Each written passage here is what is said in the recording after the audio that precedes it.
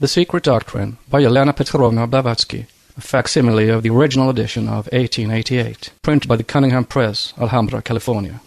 Book 2, Part 3, Addenda, Science and the Secret Doctrine Contrasted. Section 6 continued, on giants, civilizations, and submerged continents traced in history. The subsection is some statements about the sacred islands and continents in the classics, explained esoterically. All that which precedes was known to Plato and to many others. But as no initiate had the right to divulge and declare all he knew, posterity got only hints. Aiming more to instruct as a moralist than as a geographer and ethnologist or historian, the Greek philosopher merged the history of Atlantis, which covered several million years, into one event which he located on a comparatively small island 3,000 stadia long by 2,000 wide, or about 350 miles by 200, which is about the size of Ireland, whereas the priests spoke of Atlantis as a continent vast as all Asia and Libya put together. But however altered in its general aspect, bears the impress of truth upon it. Note: Plato's veracity has been so unwarrantedly impeached by even such friendly critics as Professor Jouet when the story of Atlantis is discussed, that it seems well to cite the testimony of a specialist on the subject. It is sufficient to place mere literary cavillers in a very ridiculous position. Quote, "If our knowledge of Atlantis was more thorough, it would no doubt appear that in every instance wherein the people of Europe accord with the people of America, they were both in accord with the people of Atlantis. It will be seen that in every case where Plato gives us information in this respect as to Atlantis, we find this agreement to exist. It existed in architecture, sculpture, navigation, engraving, writing, an established priesthood, the mode of worship, agriculture, and the construction of roads and canals, and it is reasonable to suppose that the same correspondence extended down to all the minor details." Unquoted from Donnell Atlantis, page 194. End of note. It was not he who invented it at any rate, since Homer, who preceded him by many centuries, also speaks of the Atlantis, who are our Atlanteans, and of their island in his Odyssey. Therefore the tradition was older than the bard of Ulysses. The Atlantis and the Atlantides of mythology are based upon the Atlantis and the Atlantides of history. Both Sanchoniathon and Diodorus have preserved the histories of those heroes and heroines, however much these accounts may have become mixed up with the mythical element. In our day we witness the stupendous fact that such comparatively recent personages as Shakespeare and William Tell are all but denied, an attempt to show one to be a nom de plume, and the other a person who never existed. What wonder, then, that the two powerful races, the Lemurians and the Atlanteans, have been merged into and identified in time with a few half-mythical peoples who all bore the same patronymic. Herodotus speaks of the Atlantis, a people of western Africa which gave its name to Mount Atlas, who were vegetarians and whose sleep was never disturbed by dreams, and who, moreover, daily cursed the sun at his rising and at his setting, because his excessive heat scorched and tormented them. These statements are based upon moral and psychic facts and not on physiological disturbance. The story of Atlas, vide supra, gives the key to it. If the Atlanteans never had their sleep disturbed by dreams, it is because that particular tradition is concerned with the earliest Atlanteans, whose physical frame and brain were not yet sufficiently consolidated in the physiological sense to permit the nervous centers to act during sleep. With regard to other statements, namely that they daily cursed the sun, this again has nothing to do with the heat, but with the moral degeneration that grew with the race. It is explained in our commentaries. They, the sixth subrace of the Atlanteans, used magic incantations even against the sun, failing in which they cursed it. The sorcerers of Thessaly were credited with the power of calling down the moon, as Greek history assures us. The Atlanteans of the later period were renowned for their magic powers and wickedness, their ambition and defiance of the gods. Thence the same traditions taking form in the Bible about the antediluvian giants and the Tower of Babel, found also in the Book of Enoch. Diodorus records another fact or two. The Atlanteans boasted of possessing the land in which all the gods had received their birth, as also having had Uranus for their first king, he being also the first to teach them astronomy. Very little more than this has come down to us from antiquity. The myth of Atlas is an allegory easily understood. Atlas is the old continents of Lemuria and Atlantis, combined and personified in one symbol. The poets attribute to Atlas, as to Proteus, a superior wisdom and an universal knowledge, and especially a thorough acquaintance with the depths of the ocean, because both continents bore races instructed by divine masters, and because both were transferred to the bottom of the seas, where they now slumber until their next appearance above the waters. Atlas is the son of an ocean nymph, and his daughter is Calypso, the watery deep. See Hesiod's Theogony 507 to 509, and Odyssey 1:51. Atlantis has been submerged beneath the waters of the ocean, and its progeny is now sleeping its eternal sleep on the ocean floors. The Odyssey makes of him the guardian and the sustainer of the huge pillars that separate the heavens from the earth. He is their supporter. And as both Lemuria, destroyed by submarine fires, and Atlantis, submerged by the waves, perished in the ocean deeps, Atlas is said to have been compelled to leave the surface of the earth and join his brother Iapetus in the depths of Tartarus. Note: Christians ought not to object to this doctrine of the periodical destruction of continents by fire and water, for St. Peter speaks of the earth standing out of the water and in the water, which earth being overflowed perished, but is now reserved unto fire. See also the Lives of Alchemistical Philosophers, page 4, of London, 1815. End of note. Sir Theodore Martin is right in interpreting this allegory as meaning Atlas standing on the solid floor of the inferior hemisphere of the universe, and thus carrying at the same time the disk of the earth and the celestial vault, the solid envelope of the superior hemisphere. Unquote from Mémoires de l'Académie des Inscriptions, page 176.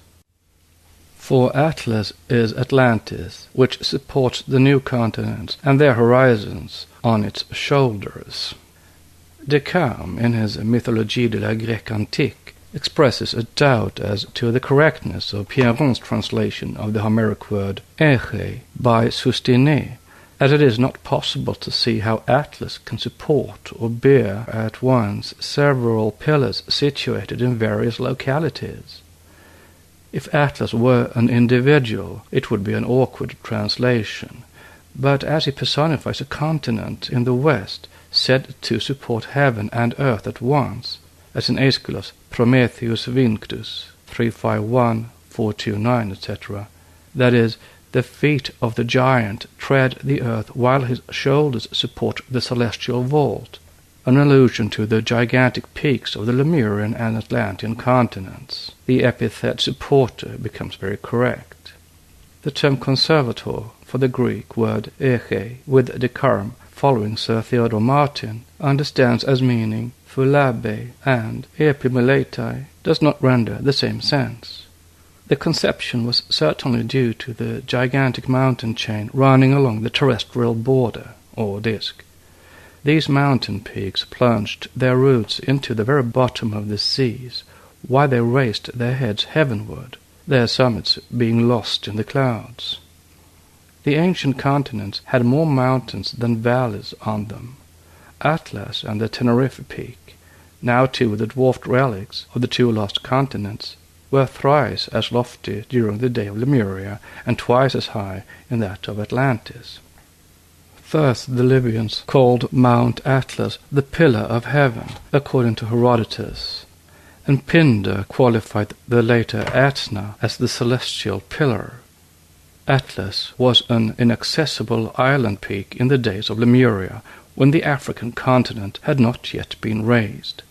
It is the sole Western relic which survives, independent of the continent on which the third race was born, developed, and fell. For Australia is now part of the eastern continent.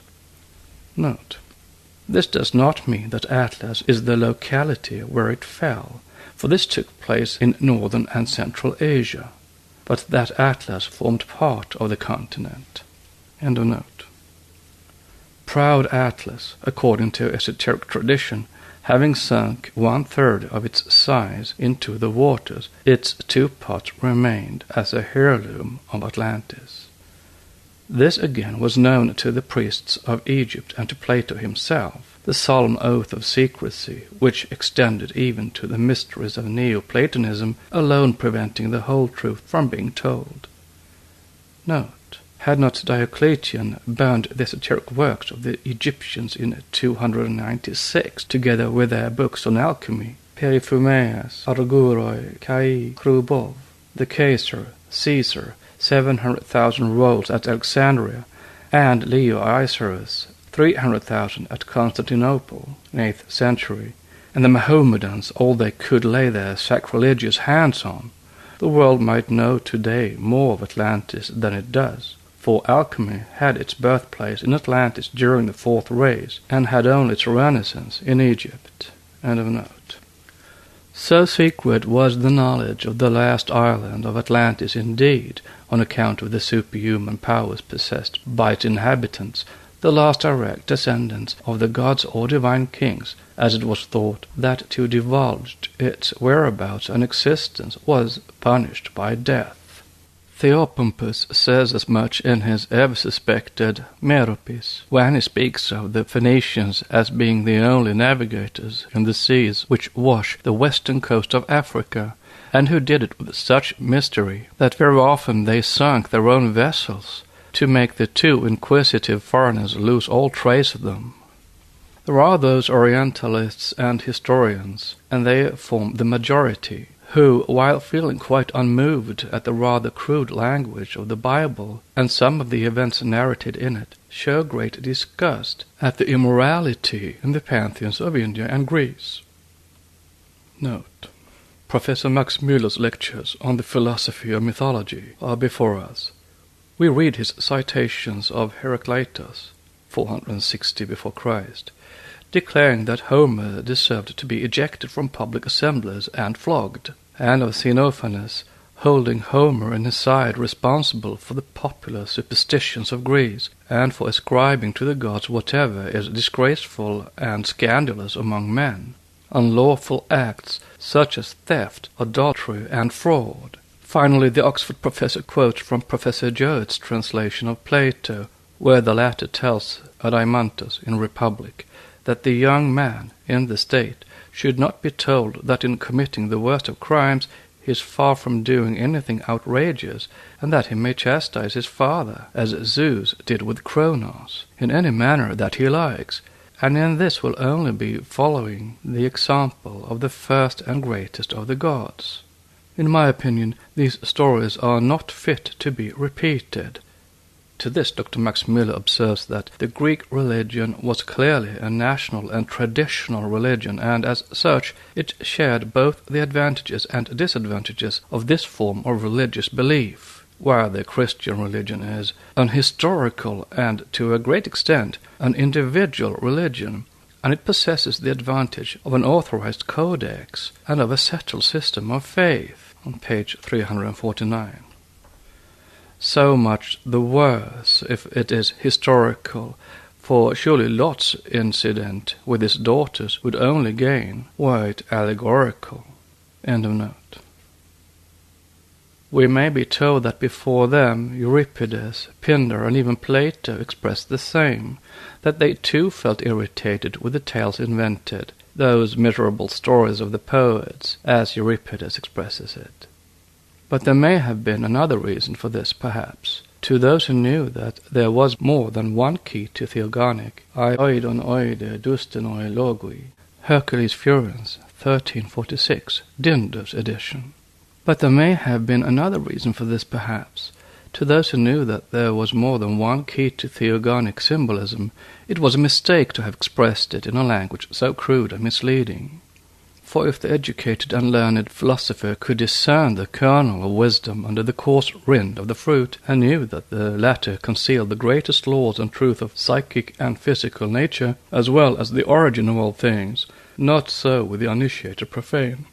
For him the dead letter was religion, the interpretation sacrilege, and this dead letter could neither edify nor make him more perfect, seeing that such an example was given him by his gods.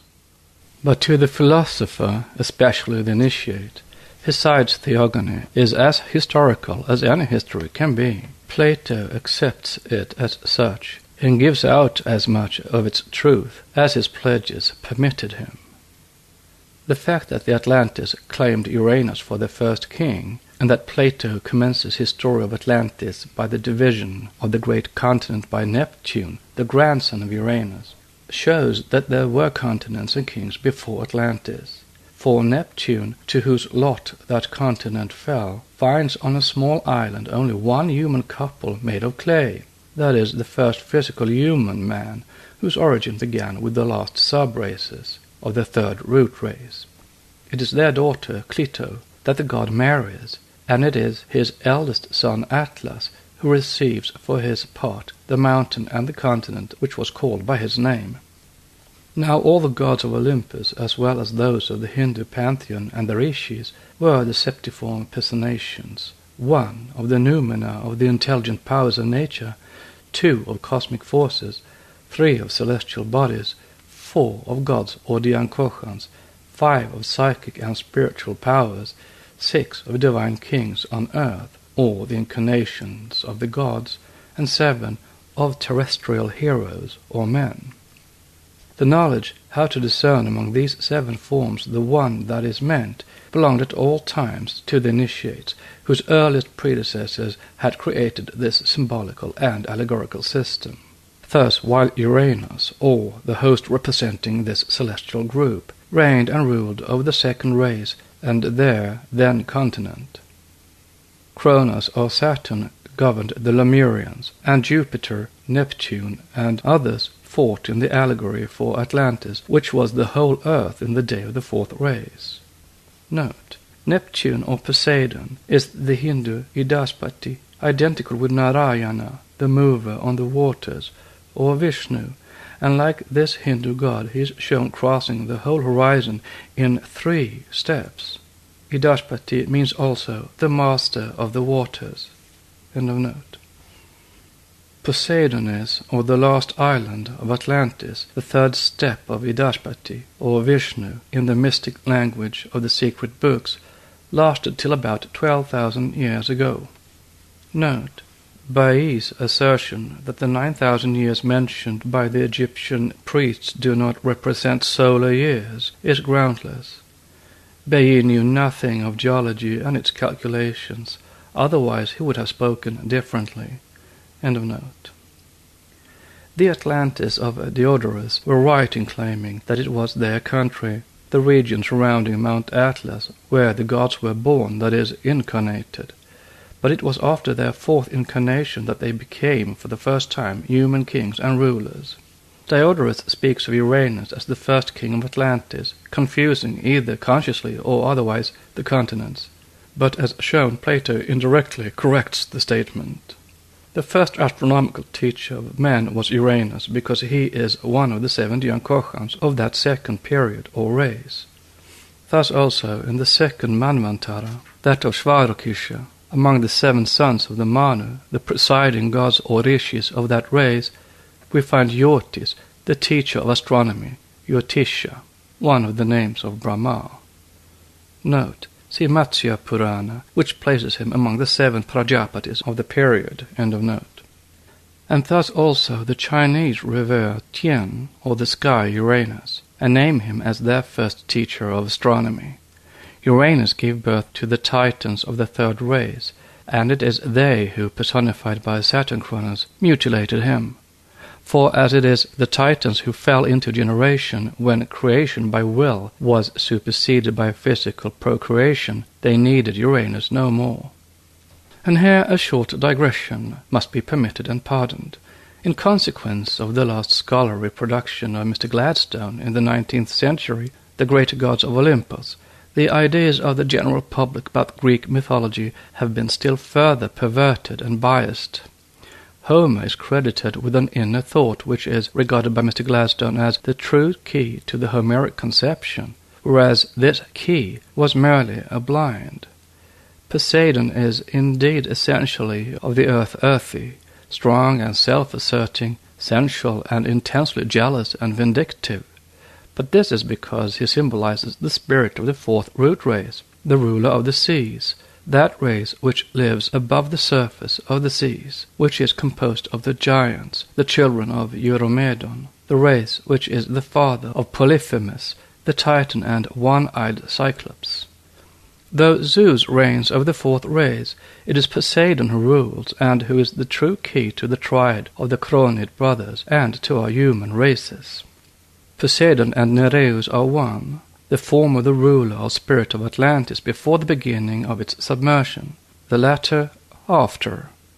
Neptune is the titanic strength of the living race, Nereus its spirit reincarnated in the subsequent 5th or Aryan race, and this is what the great Greek scholar of England has not yet discovered or even dimly perceived, and yet he makes many observations upon the artfulness of Homer, who never names Nereus, at whose designation we arrive only through the patronymic of the Nereids.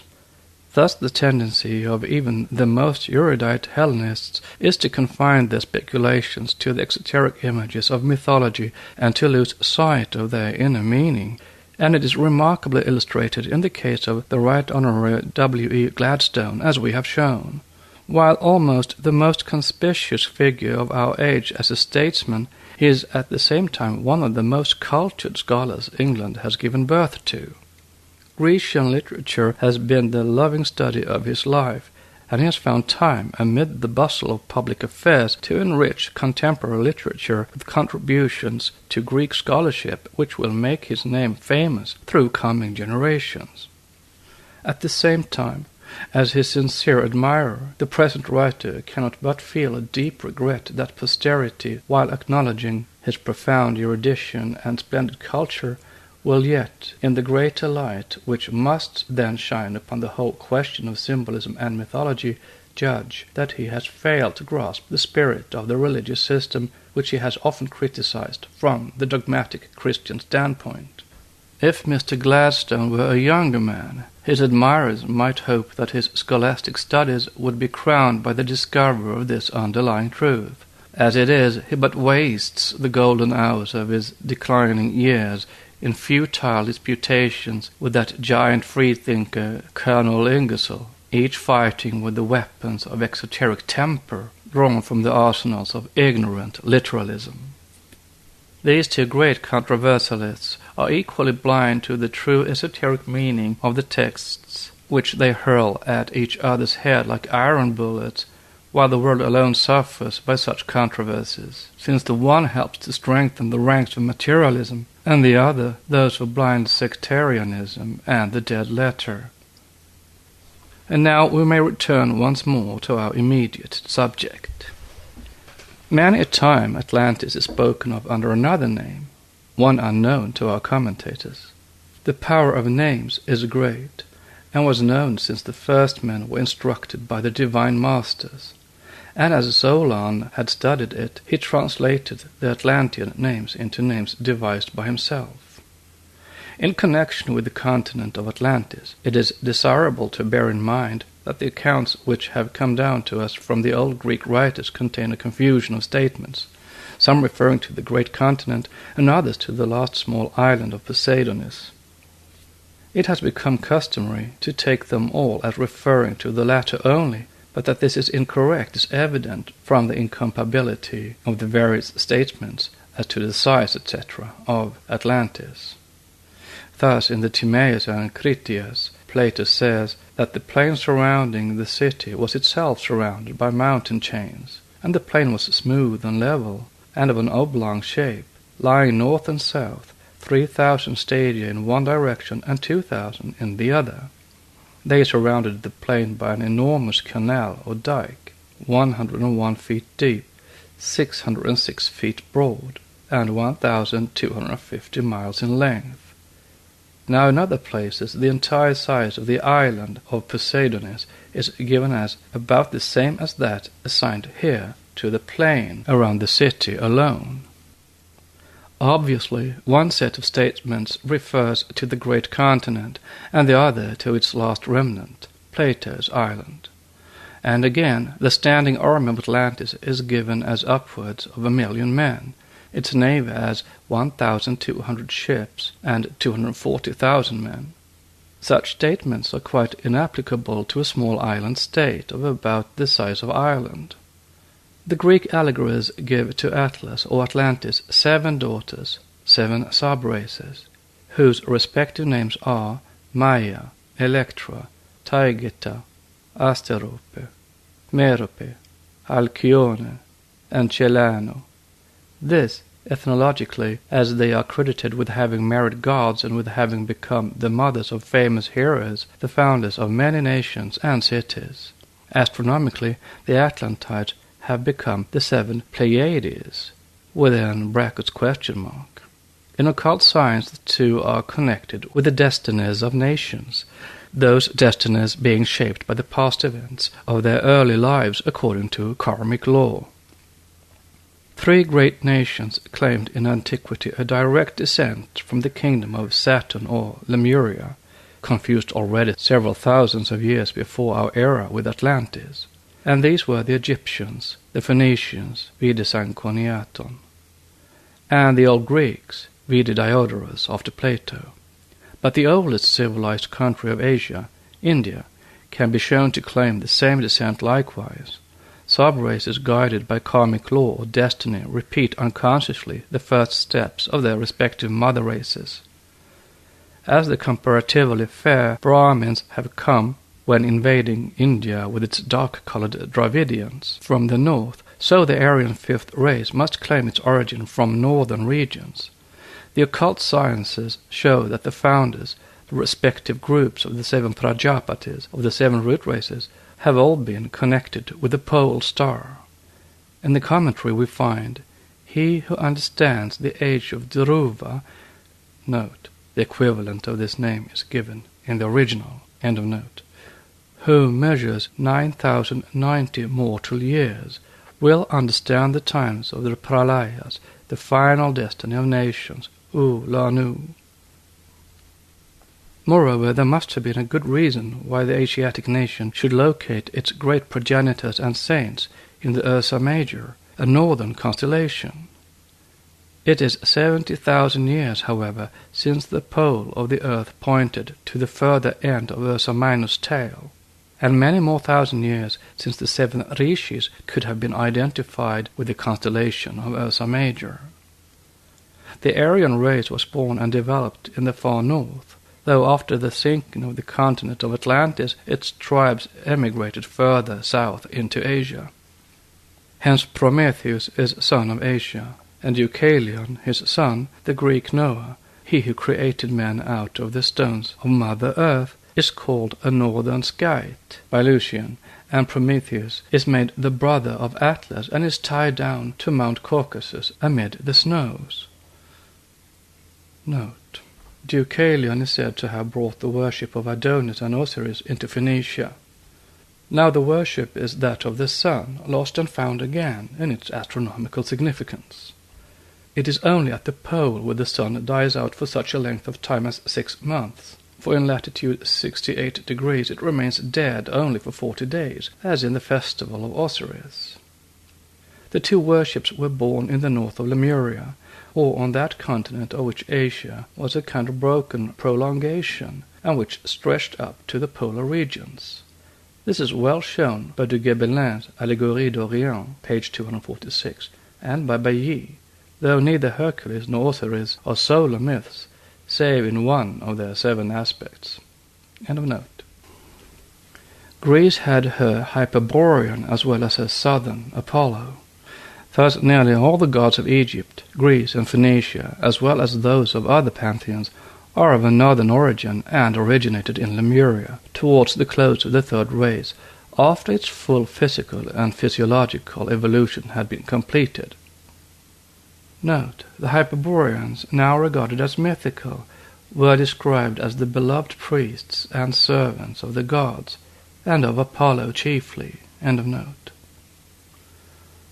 All the, quote, fables, unquote, of Greece were built on historical facts, if that history had only passed unadulterated by myths to posterity.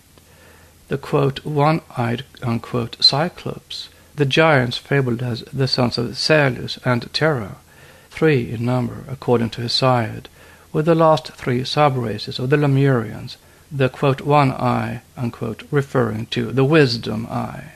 For the 2 front eyes were fully developed as physical organs only in the beginning of the 4th race. Note, the Cyclops are not the only one-eyed representatives in tradition. The Arimaspes were a Scythian people, and were also credited with but one eye. See Géographie Ancienne, Volume 2, page 321. It is they whom Apollo destroyed with his shafts. See Supra. End of note. The allegory of Ulysses, whose companions were devoured while the king of Ithaca was saved by putting out with a firebrand the eye of Polyphemus, is based upon the psychophysiological atrophy of the, quote, 3rd, unquote, eye.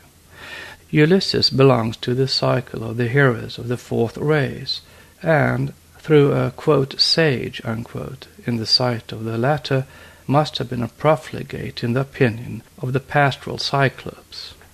Note, Ulysses was wrecked on the Isle of Aea, where Circe changed all his companions into pigs for their voluptuousness, and after that he was thrown into Ogygia, the island of Calypso, where for some 7 years he lived with a nymph in illicit connection. See Odyssey and elsewhere. Now Calypso was a daughter of Atlas. See Odyssey, Book 12. And all the traditional ancient versions, when speaking of the Isle of Ogygia, say that it was very distant from Greece, and right in the middle of the ocean, thus identifying it with Atlantis. End of note. His adventure with the latter, a savage gigantic race, the antithesis of a cultured civilization in the Odyssey, is an allegorical record of the gradual passage from the Cyclopean civilization of stone and colossal buildings to the more sensual and physical culture of the Atlanteans, which finally caused the last of the 3rd race to lose their all-penetrating spiritual eye.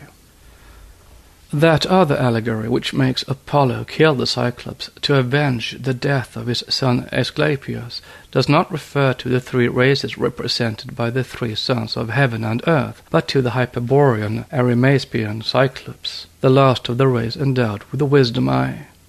The former have left relics of their buildings everywhere, in the south as much as in the north. The latter were confined to the north solely. Thus Apollo, preeminently the god of the seers, whose duty it is to punish desecration, killed them, his shafts representing human passions, fiery and lethal, and hid his shaft behind a mountain in the Hyperborean regions. Cosmically and astronomically, this Hyperborean god is the sun personified, which, during the course of the sidereal year, of 25,868 years, changes the climates on the Earth's surface, making of tropical frigid regions and vice versa. Physically and spiritually, his significance is far more important. As Mr. Gladstone pertinently remarks in his Greater Gods of Olympus, the qualities of Apollo, jointly with Athene, are impossible to be accounted for without repairing to sources which lie beyond the limit of the traditions most commonly explored for the elucidation of the Greek mythology. See 19th century, July 1887. The history of Latona, or Leto, Apollo's mother, is most pregnant in various meanings.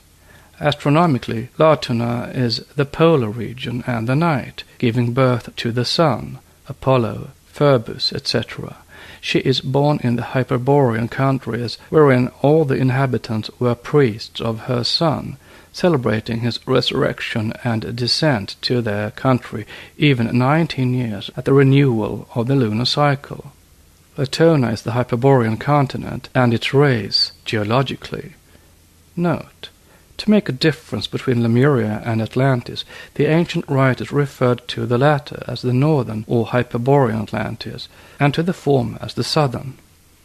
Thus Apollodorus says in Mythology, Book 2, "The golden apples carried away by Hercules are not, as some think, in Libya. They are in the Hyperborean Atlantis." The Greeks naturalized all the gods they borrowed and made Hellenes of them, and the moderns helped them. Thus also the mythologists have tried to make of Eridan the river Po in Italy.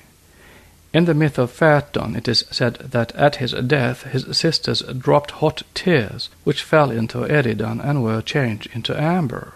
Now amber is found only in the northern seas, in the Baltic. Phaeton, meeting with his death while carrying heat to the frozen stars of the boreal regions, awakening at the pole the dragon made rigid by cold, and being hurled down into the Eridan, is an allegory referring directly to the changes of climate in those distant times when, from a frigid zone, the polar lands had become a country with a moderate and warm climate.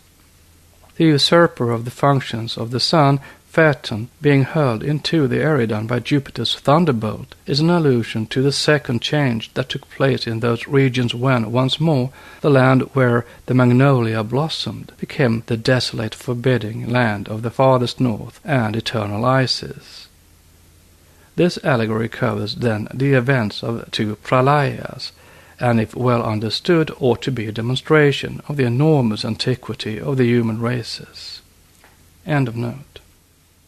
When the astronomical meaning cedes its place to the spiritual and divine, Apollo and Athena transforming themselves into the forms of birds, the symbol and glyph of the high divinities and angels, then the bright god assumes divine creative powers.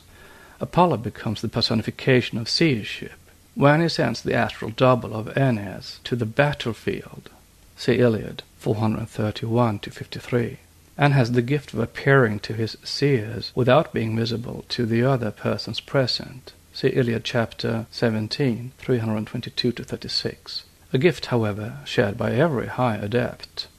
The king of the Hyperboreans was therefore the son of Boreas, the north wind, and the high priest of Apollo. The quarrel of Latona with Niobe, the Atlantean race, the mother of 7 sons and 7 daughters, personifying the 7 sub-races of the fourth race and their 7 branches, see Apollodorus for this number, allegorizes the history of the 2 continents. The wrath of the sons of God, or of Will and Yoga, at seeing the steady degradation of the Atlanteans was great. See the Son of God and the Sacred Island. And the destruction of the children of Niobe by the children of Latona, Apollo and Diana, the deities of light, wisdom, and purity, or the sun and moon astronomically, whose influence causes changes in the Earth's axis, deluge, and other cosmic cataclysms, is thus very clear. Note: so occult and mystic is one of the aspects of Latona that she is made to reappear even in Revelation, chapter 12, as the woman clothed with the sun, Apollo, and the moon, Diana, under her feet, who, being with child, cries, travailing in birth, pained to be delivered. A great red dragon, etc., stands before the woman ready to devour the child. She brings forth the man-child who was to rule all nations with a rod of iron, and who was caught unto the throne of God, the Son. The woman fled to the wilderness, still pursued by the dragon, who flees again, and casts out of his mouth water as a flood, when the earth helped the woman and swallowed the flood. And the dragon went to make war with the remnant of her seed, who keep the commandment of God, etc. See 12, verses 1-17. Anyone who reads the allegory of Latona pursued by the Ravenna of jealous Juno will recognize the identity of the two versions. Juno sends Python, the dragon, to persecute and destroy Latona and devour her babe. The latter is Apollo, the sun, for the man-child who was to rule all nations with a rod of iron of Revelation is surely not the meek Son of God, Jesus, but the physical Son, who rules all nations. The dragon being the North Pole, gradually chasing the early Lemurians from the lands which became more and more Hyperborean and unfit to be inhabited by those who were fast developing into physical men, for they now had to deal with the climatic variations. The dragon will not allow Latona to bring forth, the sun to appear. She is driven from heaven and finds no place where she can bring forth, until Neptune, the ocean, moved with pity, makes immovable the floating isle of Delos, the nymph Asteria, hitherto hiding from Jupiter under the waves of the ocean, on which Latona finds refuge, and where the bright god Delius is born, the god who no sooner appears than he kills Python, the cold and frost of the Arctic region, in whose deadly coils all life becomes extinct. In other words, Latona Lemuria is transformed into Niobe Atlantis, over which her son Apollo, or the sun, reigns, with an iron rod truly, since Herodotus makes the Atlantis curse his too great heat. This allegory is reproduced in its other mystic meaning, another of the seven keys, in the chapter just cited of the Apocalypse. Latona became a powerful goddess indeed, and saw her son receive worship, solar worship, in almost every fane of antiquity. In his occult aspect, Apollo is patron of number 7. He is born on the 7th of the month, and the swans of Meorica swim 7 times around Delos, signing that event. He is given 7 chords to his lyre, the 7 rays of the sun and the 7 forces of nature, but this only in the astronomical meaning, whereas the above is purely geological. End of note.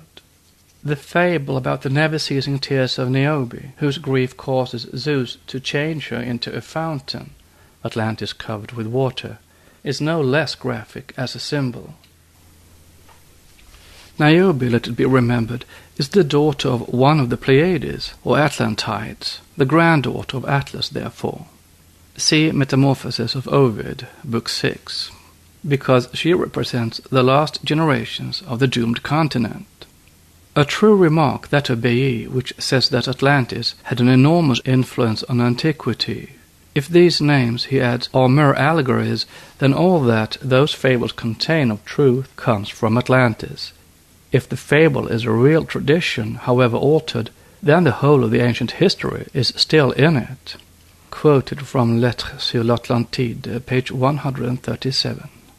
So much so that all ancient writings, prose and poetry, are full of the reminiscences of the Lemur Atlanteans, the first physical races, though the third and the fourth in number. Hesiod records the tradition about the men of the Age of Bronze, whom Jupiter had made out of ashwood, and who had hearts harder than diamond.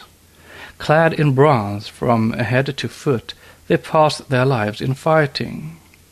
Monstrous in size, endowed with a terrible strength, invincible arms and hands descended from their shoulders, says the poet. Such were the giants of the first physical races.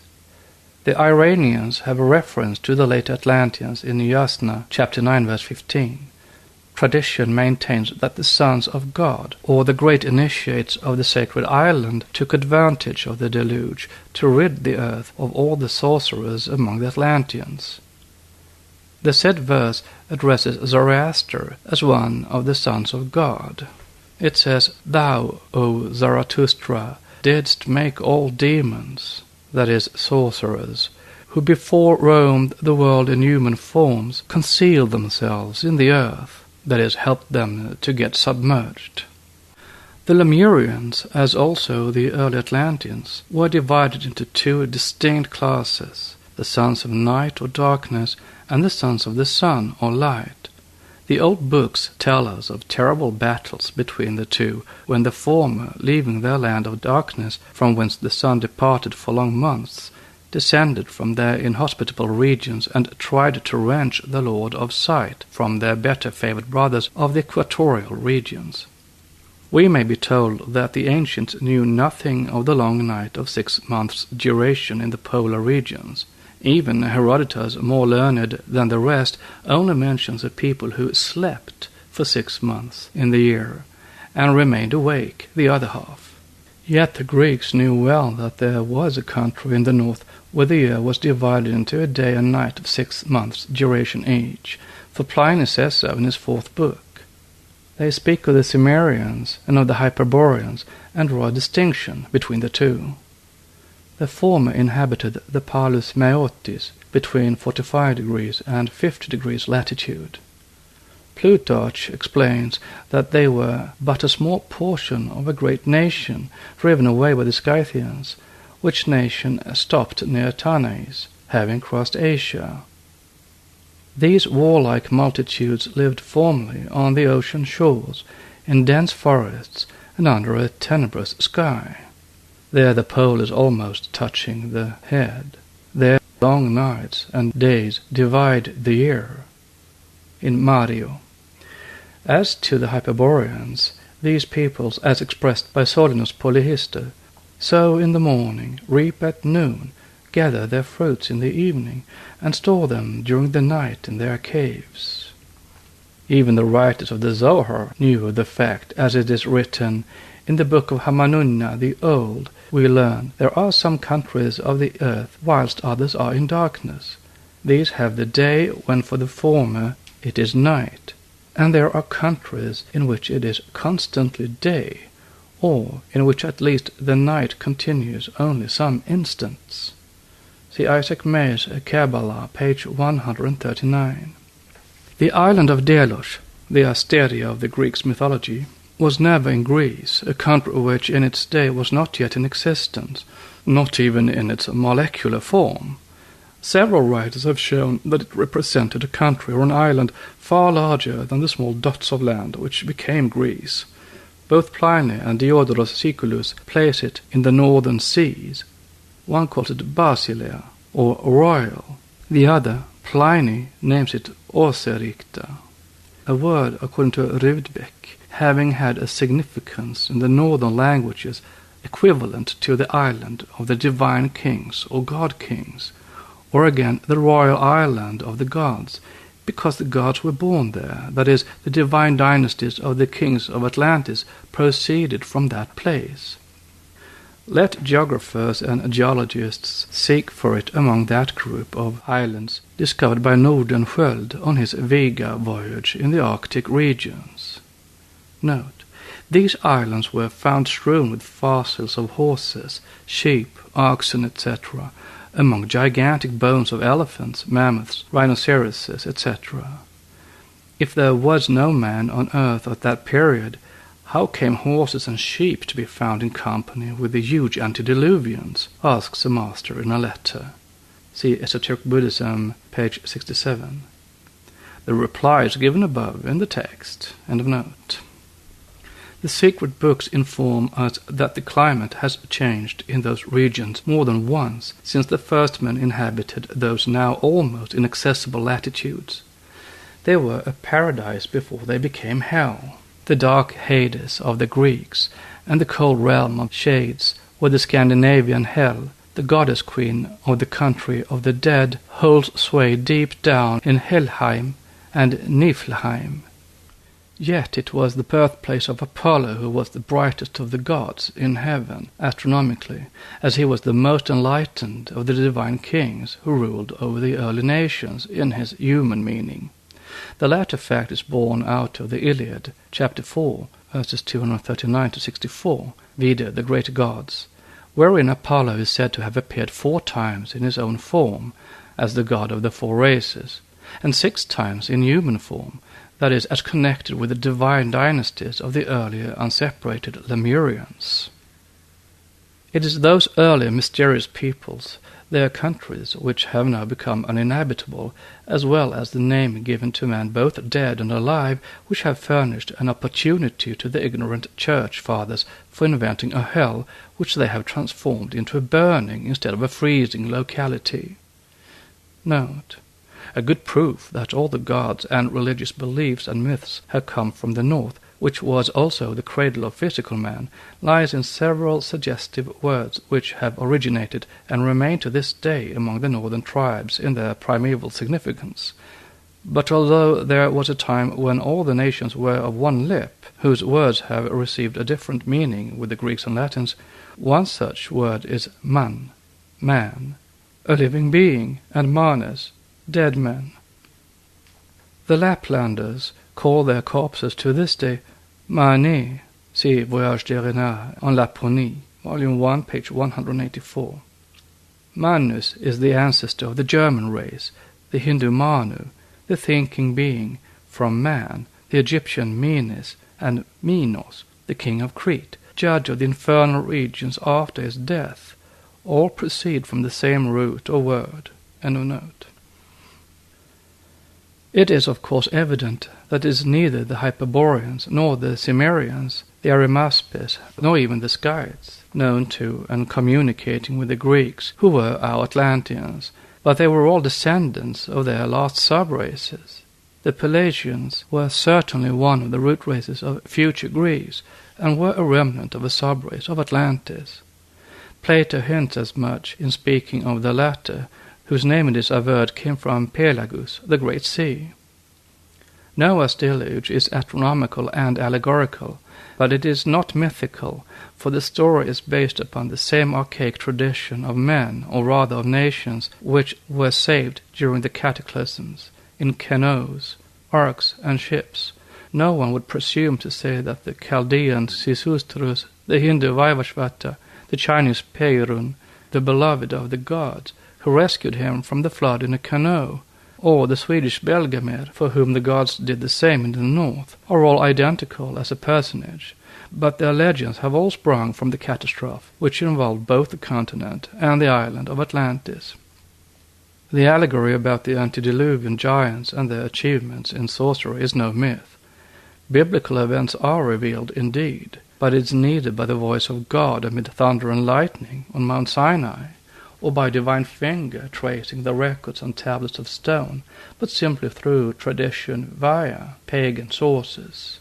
It was not surely the Pentateuch that Diodorus was repeating when he wrote upon the Titans, the giants born of heaven and earth, or rather born of the sons of God, who took to themselves for wives the daughters of men who were fair.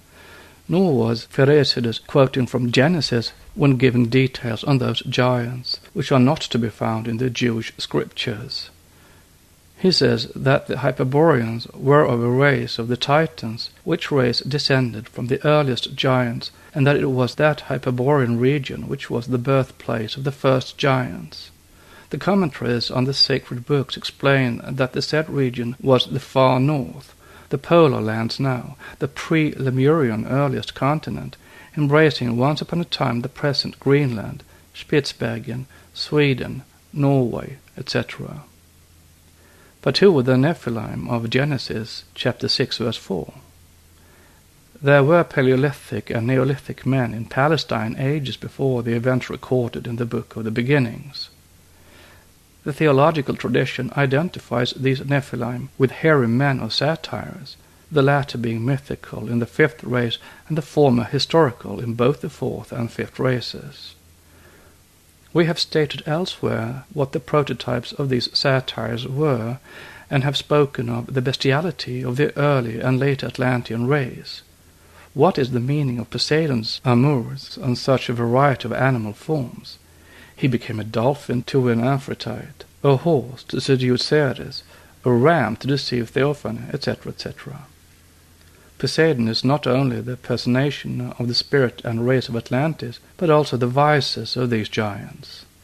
Gesenius and others devote an enormous space to the meaning of the word Nephilim and explain very little, but esoteric records show these hairy creatures to be the last descendants of those Lemuro-Atlantean races which begot children on female animals of species now long extinct, thus producing dumb men, monsters, as the stanzas have it.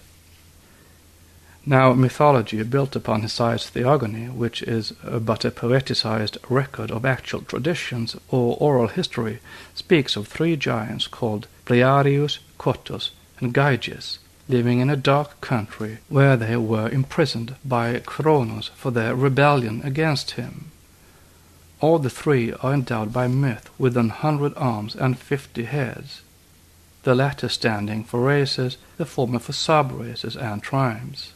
Bearing in mind that in mythology every personage almost is a god or demigod, and also a king or simple mortal in his second aspect, and that both stand as symbols for lands, islands, powers of nature, elements, nations, races and sub-races, the esoteric commentary will become comprehensible.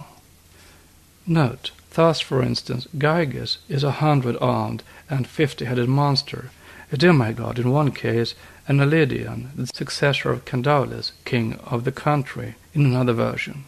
The same is found in the Indian pantheon, where rishis and the sons of Brahma are reborn as mortals. End of note. It says that the three giants are three polar lands, which have changed form several times at each new cataclysm, or disappearance of one continent to make room for another. The whole globe is convulsed periodically, and has been so convulsed since the appearance of the first rays 4 times. Yet, though the whole face of the earth was transformed thereby each time, the conformation of the Arctic and Antarctic poles has but little altered. The polar lands unite and break off from each other into islands and peninsulas, yet remain ever the same. Therefore Northern Asia is called the eternal or perpetual land, and the Antarctic the ever-living and the concealed, while the Mediterranean, Atlantic, Pacific and other regions disappear and reappear in turn into and above the great waters. From the first appearance of the great continent of Lemuria, the three polar giants had been imprisoned in their circle by Kronos. Their gaol is surrounded by a wall of bronze, and the exit is through gates fabricated by Poseidon or Neptune, hence by the seas, which they cannot cross, and it is in that damp region where eternal darkness reigns that the three brothers languish. The Iliad, in chapter 8, verse 13, makes of it the Tartaros. When the gods and titans rebelled in their turn against Zeus, the deity of the fourth race, the father of the gods bethought himself of the imprisoned giants in order to conquer the gods and titans, and to precipitate the latter into Hades, or in clear words, to have Lemuria hurled amid thunder and lightning to the bottom of the seas, so as to make room for Atlantis, which was to be submerged and perish in its turn. Note, the continents perish in turn by fire and water, either through earthquakes and volcanic eruptions, or by sinking and the great displacement of waters. Our continents have to perish owing to the former cataclysmal process. The incessant earthquakes of this and the past years may be a warning. End of note. The geological upheaval and deluge of Thessaly was a repetition on a small scale of the great cataclysm, and remaining impressed on the memory of the Greeks, was merged by them into and confused with the general fate of Atlantis. So also the war between Rakshasas of Lanka and the Bharatans, the melee of the Atlanteans and Aryans in their supreme struggle, or the conflict between the Devs and Isids, or Peris, became ages later the struggle of Titans, separated into two inimical camps, and still later the war between the angels of God and the angels of Satan. Historical facts became theological dogmas. Ambitious scholiasts, men of the small sub-race born but yesterday and one of the latest issues of the Aryan stock, took upon themselves to overturn the religious thought of the world, and succeeded. For nearly 2,000 years they impressed thinking humanity with the belief in the existence of Satan. See De Camps' Mythologie de la Grèce antique. it becomes easier for the occult teachings to find their way into the minds of thoughtful men, and therefore are these passages from mythology brought forward in our discussion upon modern learning in this addendum. Such symbolisms as are found in all the exoteric creeds are so many landmarks of prehistoric truths. The sunny, happy land, the primitive cradle of the earliest human races, has become several times since then Hyperborean and Saturnine, thus showing the golden age and reign of Saturn from multiform aspects. Note: Denis, the geographer, tells us that the Great Sea north of Asia was called glacial or Saturnine. Orpheus and Pliny corroborate the statement by showing its giant inhabitants who gave it the name. And the secret doctrine explains both assertions by telling us that all the continents were formed from north to south, and that as the sudden change of climate dwarfed the race that had been born on it, arresting its growth, so several degrees southward various conditions had always produced the tallest men in every new humanity or race. We see it to this day. The tallest men now found are those in northern countries, while the smallest are southern Asiatics, Hindus, Chinamen, Japanese, etc. Compare the tall Sikhs and Punjabis, the Afghans, Norwegians, Russians, northern Germans, Scotchmen, and the English, with the inhabitants of central India and the average European on the continent. Thus also the giants of Atlantis, and hence the Titans of Hesiod, are all northerners. End of note. It was many-sided in its character indeed, climatically, ethnologically, and morally. For the third Lemurian race must be physiologically divided into the early androgynous and the later bisexual race, and the climate of its dwelling places and continents into that of an eternal spring and eternal winter, into life and death, purity and impurity. The cycle of legends is ever being transformed on its journey by popular fancy. Yet it may be cleansed from the dross it has picked up on its way through many nations and through the countless minds which have added their own exuberant additions to the original facts. Leaving for a while the Greek interpretations, we may seek for some more corroborations of the latter in the scientific and geological proofs.